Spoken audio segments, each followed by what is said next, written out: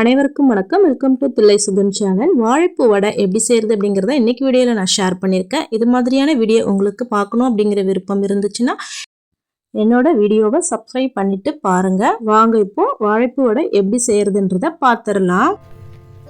அதுக்கு நான் 1 டம்ளர் அளவுக்கு கடலைப்பருப்பு எடுத்திருக்கேன். 1 ஹவர் ஊற வச்சுருந்தேன். 1 ஹவர் ஊற வச்சுட்டு தண்ணியை நல்லா சுத்தமாக ட்ரை பண்ணிவிட்டு அது கூட சோம்பு, பூண்டு, கொஞ்சம் இஞ்சி, காஞ்ச மிளகாய், தேவையான அளவு உப்பு போட்டு மிக்சியில் நல்லா கரகரப்பாக அரைச்சிக்கலாம். ரொம்ப நைஸாக அரைச்சிடாதீங்க, நல்லா இருக்காது. ஒன்றும் பாதியமாக அரைச்சிக்கணும். பருப்பை நல்லா அரைச்சிட்டு அதுக்கப்புறம் அதை தனியாக ஒரு பவுலில் நம்ம எடுத்து வச்சுக்கலாம்.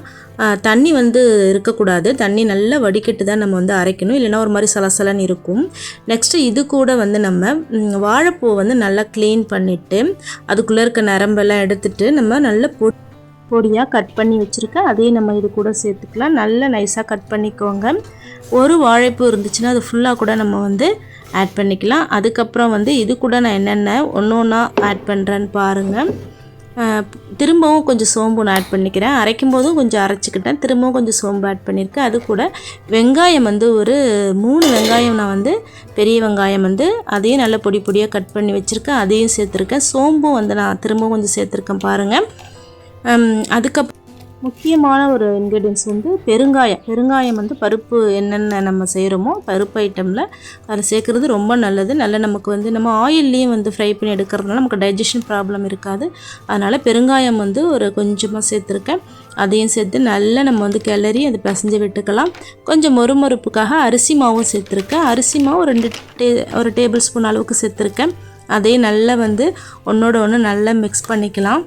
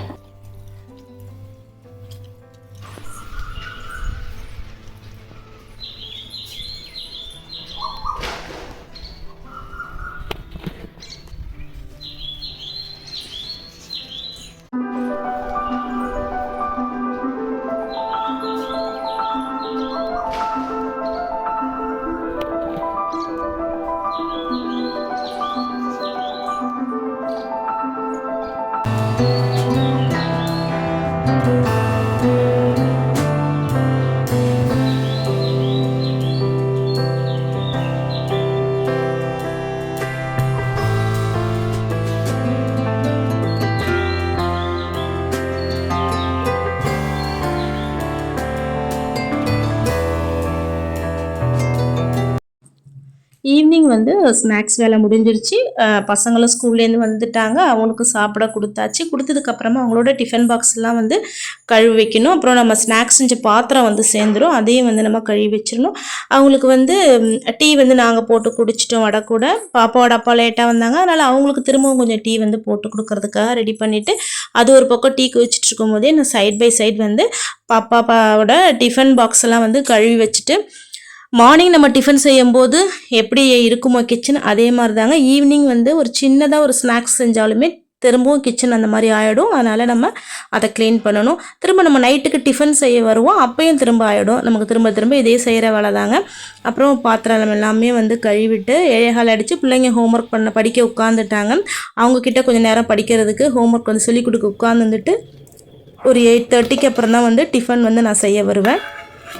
நைட்டு டிஃபன் வேலையை முடிஞ்சிருச்சு. அரிசி உளுந்து ஊற வச்சுருந்தேன், மாவு அரைச்சிரு வச்சுருந்தேன்.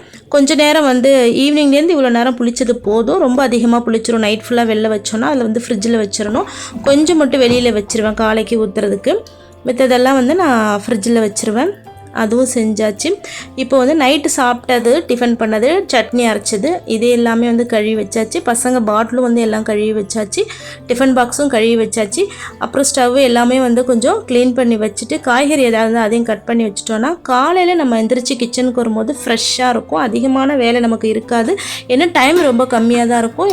8:15க்கெல்லாம் வேன் பிள்ளைங்களுக்கு வந்துருன்றதுனால கம்மியாக இருக்கிறதுனால நைட்டே கொஞ்சம் வேலைகள் இப்படி முடிச்சு வச்சாதாங்க. எப்போவுமே பாத்திரம் நைட்டே நம்ம கழுவி வச்சிட்டோன்னா இந்த கரப்பாம்பூச்சி தொந்தரவு அதெல்லாம் இருக்காது. சிங்கில் கொஞ்சம் பேட் ஸ்மெல் வர்றதெல்லாம் இருக்காது. ரொட்டீனாக நம்ம வந்து செய்ய ஆரம்பிச்சிட்டோன்னா நமக்கு செய்யாமல் போய் படுக்கிறதுக்கே பிடிக்காது. டெய்லியும் நமக்கு செஞ்சுட்டு தான் போய் படுக்கணுன்ற மாதிரி தாட் வந்துடும். அதே மாதிரி எனக்கும் பழகிடுச்சு. பாத்திரம் கழுவி வச்சுட்டு வீட்டெல்லாம் கூட்டி க்ளீன் பண்ணிவிட்டு அதுக்கப்புறம் தான் வந்து படுக்க போகிறது. ஃப்ரிட்ஜில் மாவெல்லாம் வச்சாச்சுன்னா நமக்கு நைட் வேலை வந்து முடிஞ்சிருச்சு.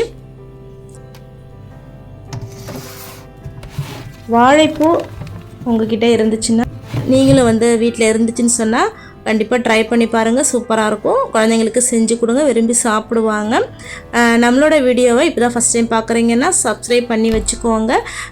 பக்கத்தில் உள்ள பெல் ஐக்கானை கிளிக் பண்ணுங்கள். ஆல் அப்படின்ட்டு பட்டன் இருக்கும், கிளிக் பண்ணிங்கன்னா நம்ம போடுற வீடியோ உங்களோட நோட்டிஃபிகேஷனுக்கு உடனுக்குடன் வரும்.